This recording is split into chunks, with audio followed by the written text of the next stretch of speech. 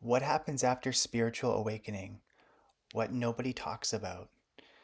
When I first went through my spiritual awakening, I felt so isolated and alone after it happened. I felt like there was nobody that could understand what I was going through. It was hard for me to connect with other people because I felt so different and it was so alone. And so, if you're someone who's recently gone through a spiritual awakening and you're feeling this way, the first thing I want you to know is that you're not alone. There are other people who have gone through it. There are other people who can help you through.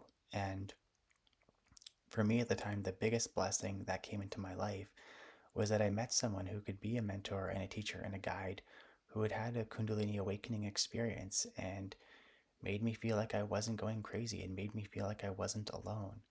And so, if this is you and you're experiencing this, you know, this channel is always a home for you. There's always going to be a place for you to land and feel seen and understood because it's not an easy journey and it can be very isolating.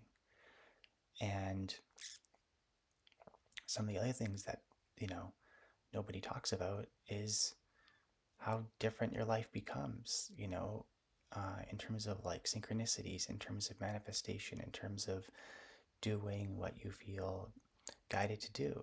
Your life changes and you make different decisions and you make different choices. And it may not be necessarily the status quo, and that's okay. You have to listen to your heart and soul and let it guide you forward on this journey of life because that is ultimately, the path that you're here to walk, and you get to discover that as you go.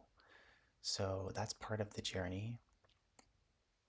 If you like this video, please like and subscribe, share it with your friends. I hope you have a beautiful day.